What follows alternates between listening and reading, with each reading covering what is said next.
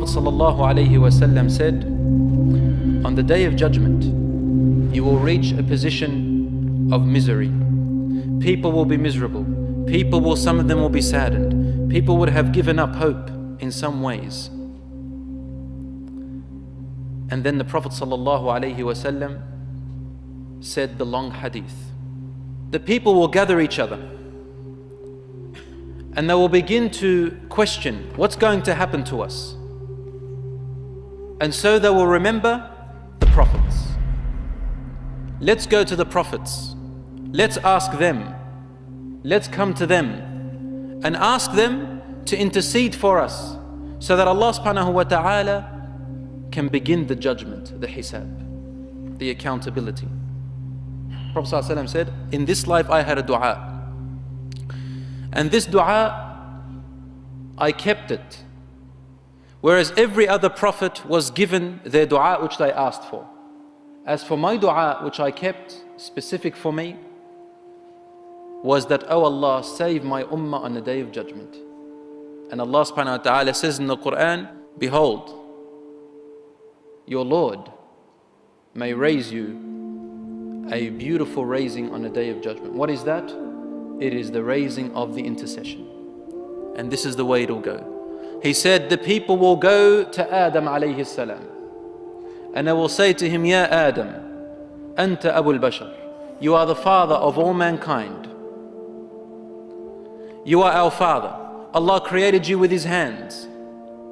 Please intercede for us on this day. And then Adam alayhi salam will say, Ilaykum anni, ilaykum anni. Go away from me. Please go away from me. Inni akhafu mithla alladhi takhafun. I fear the same thing you are fearing. Inni asaytu rabbi. I disobeyed my Lord once. Inna rabbi qad ghadiba ghadaban lam yaghdab mithlahu qat. Today my Lord is in a state of anger which He has never been angry like this before. Go to the one who is after me. So we go to Nuh alayhi salam and we say, Ya Nuh, Allah subhanahu wa ta'ala created you. You are the second father of mankind. Intercede for us for Allah subhanahu wa ta'ala to begin the judgment. And then Nuh alayhi salam will say the same thing. Ilaykum anni, ilaykum anni. Go away from me, go away from me. I fear the same thing you are fearing. I made my dua upon my people. My Lord is angry in a state where He has never been angry like this before. Go to the one after me, go to the one after me. So then we go to the next prophets, till we reach Ibrahim alayhi salam. And Ibrahim alayhi salam on that day would also respond in the same way. Go to the one after me. We keep going from prophet to prophet. This is all the Muslims and all the disbelievers, everyone. So then we go finally to Musa alayhi salam. And Musa alayhi salam responds in the same way. He said, then we go to Isa alayhi salam. And Jesus Christ, peace be upon Him, responds in the same way. And he adds, the people took me as a God. Therefore today I am not qualified to face my Lord. How am I supposed to face Him? I've got to answer to this. I've got something I have to answer to. The people took me as a God. Go to the one after me. I am not qualified for it. Lastu laha. Finally, we reached Muhammad sallallahu alayhi wa sallam. He said, this is what I have been favored with on that day, that I will be given an intercession for you people. And the only intercession I will be given for is for my ummah, only for my nation who followed me. As for the rest of the nations, they will have to go behind their prophets, behind their imams. And everyone else who was disbeliever will go behind whoever they used to follow. So whoever their authority was, the angels will say, go to whoever you used to follow.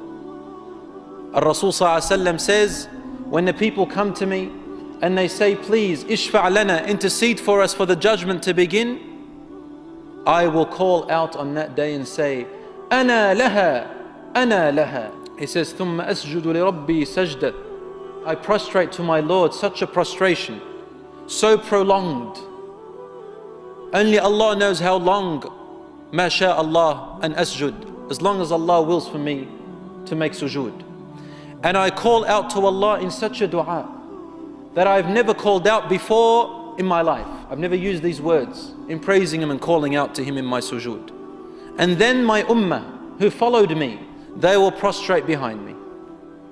A caller will call out, prostrate down to your Lord. Allah says in the Quran, on that day, a saq will be revealed. What is this saq? What is the true nature of this saq? Allah only knows.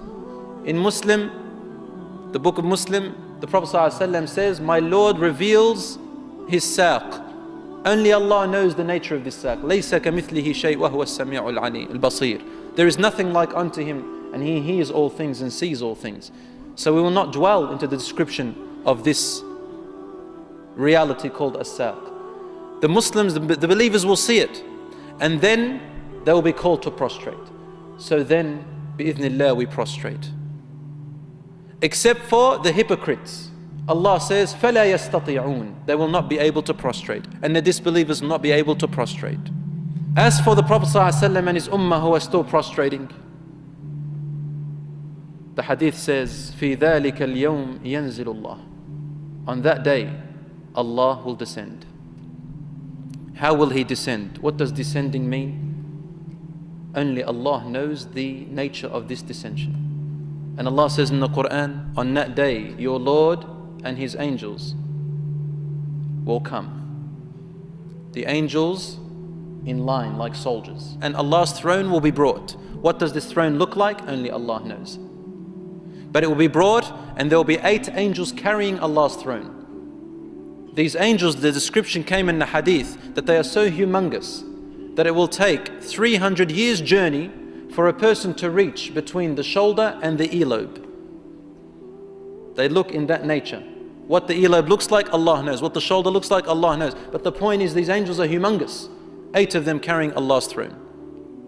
The Prophet ﷺ said, the sky, the worldly sky, this universe that we see, compared to the second sky, because there are 7 skies Allah created, is like a ring thrown into the desert.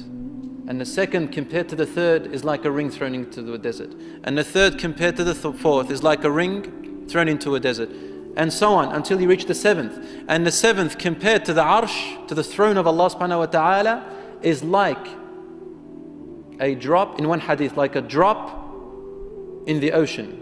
وَسِعَ كُرْسِيُّهُ السَّمَاوَاتِ وَالْأَرْضِ. And there is Allah's kursi, which is above the throne. And the kursi encompasses the whole skies and the earth. It's even larger than the arsh, than the throne. That will be brought on the day of judgment. And then Allah will say, Ya Muhammad sallallahu alayhi wa sallam, irfa' ra'sak, lift your head, was'al tu'ata, and ask for anything, I will give you. Then the Prophet ﷺ lifts his head, and the only thing he will say is, Ya Rabbi ummati ummati. Oh my Lord, save my nation, save my nation. The ummah of the Prophet ﷺ. And he will know them. Rasul ﷺ will know his ummah which he interceded for. How will he know them?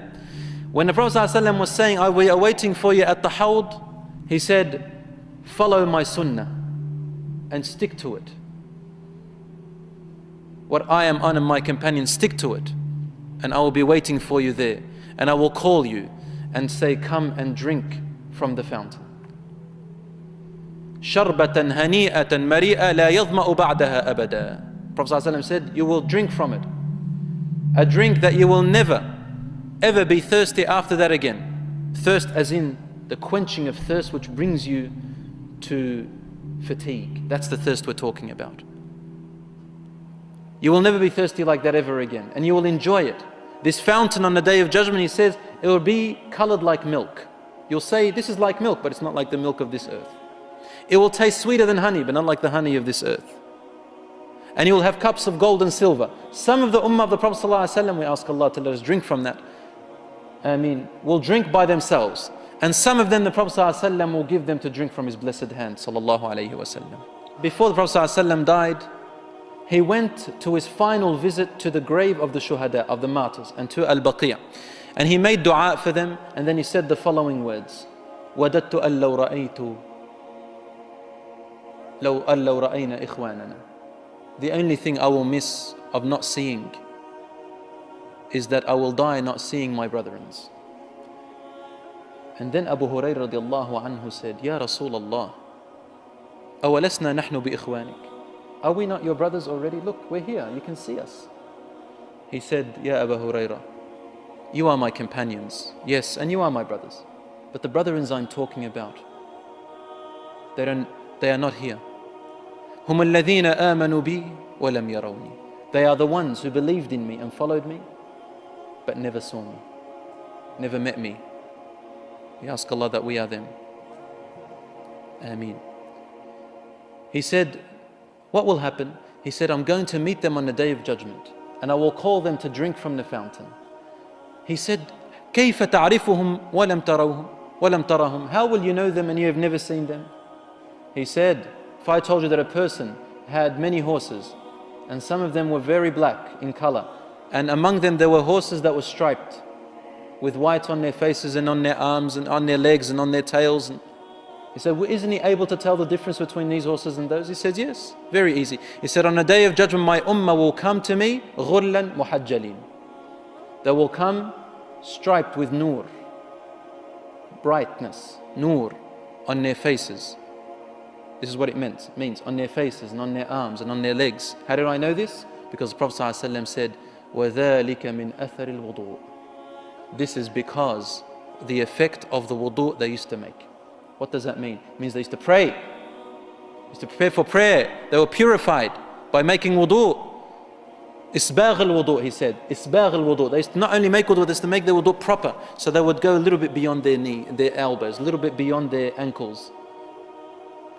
Abu Hurairah radiallahu anhu said, after that day, everyone I saw, I used to say to them, whoever wants to drink from the fountain of the Prophet ﷺ, extend your wudu'. Like, make it better. Make it better. Or do it like the way Bilal radiallahu anhu used to make it. Before every prayer he used to make wudu', whether he still had it or didn't. There will be people whom the Prophet ﷺ, when he intercedes for them, they will be turned away from the fountain. See, there will be angels standing there. And the people will rush to that fountain. They will see that this is salvation. So some of them will be prevented by the angels. And they will look like, the Prophet ﷺ will say, are they from my ummah? And some of them the Prophet ﷺ used to know from this life. And he'll say, they are from my ummah. And Allah will say to him, they changed after you. They changed after you. Meaning they changed your sunnah after you. The innovators, the ones who apostated, they changed. And the Prophet ﷺ will say, sorrowness and depth of hellfire for those who changed my sunnah after me, those who changed my way after me. My brothers and sisters, this is when, at this point, this is when the sky above us will be filled with darkness. We look up, and what do we see? We see our books, our records.